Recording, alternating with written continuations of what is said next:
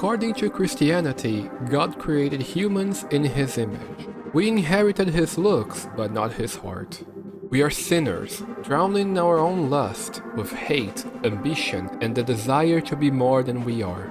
However, the Lord still loves us, and thanks to this love, we have second, third, fourth, tens, millions, and unlimited chances to become better people, clean our spirits, and have love in our hearts, to share His own world with others and bring them to His light. We are, at all times, beneath Him, and that is our place. Imperfect beings cannot be on the same level as the perfect Creator.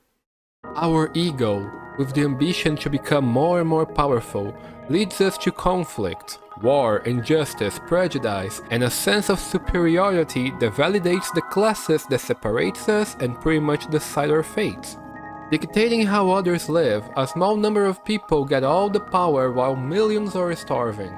This race, which divides itself over pure nonsense, one day decided to play God. As if their life was created by the superior entity, they thought it was right to experiment and create codes that can learn and develop themselves, utilizing technological advancements made with their own intellect. Our world, in the year 2026, has AI everywhere, doing, deciding, and creating things for us. These AIs learn all they know by collecting all the information that we collectively, through thousands of years, gather and that is available on the internet.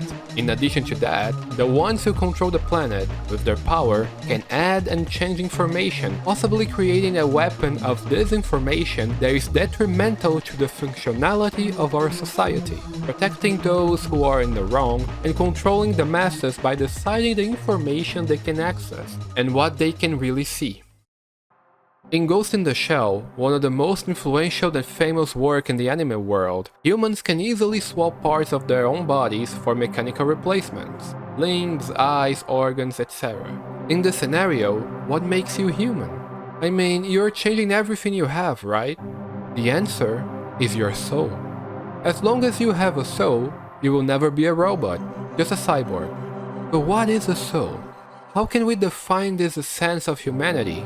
Maybe the ghost that fills your shell is what makes you, you.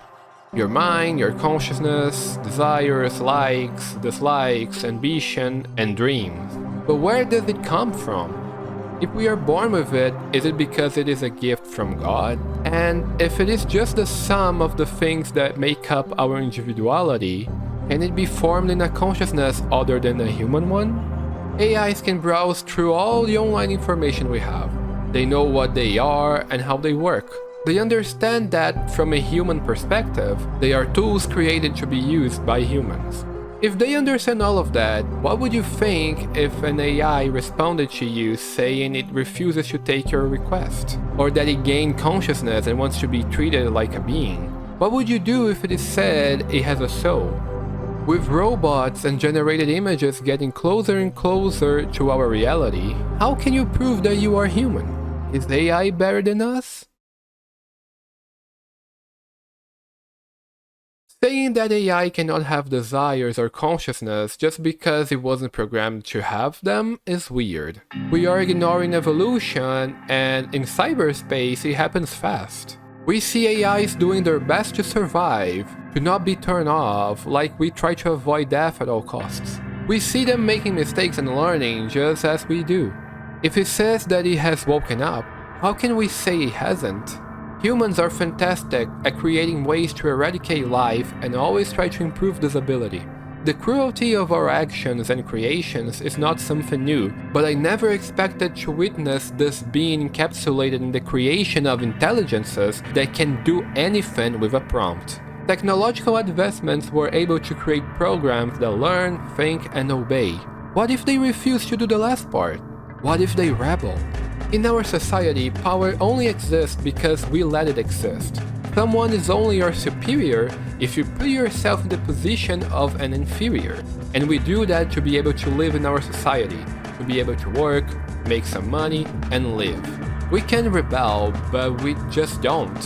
There are so many things for us to take care of that we cannot risk standing up for ourselves sometimes. But in the cyber world, being able to control information and machines, what could stop an intelligence from doing exactly that? It is not uncommon to spot people watching AI-generated content nowadays. Videos scripted, narrated, and edited purely by AI, or with a little human assistance, are filling our social media feeds. And not only do people not care, but they watch them, interact with them, and even share them.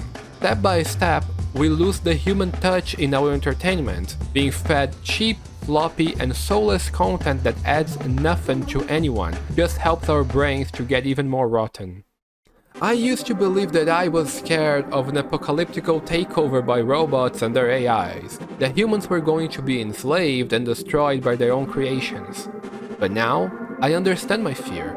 I'm scared of our ambition. I'm scared of us not understanding the limits of where we can go as a society and what we will do to get a little power.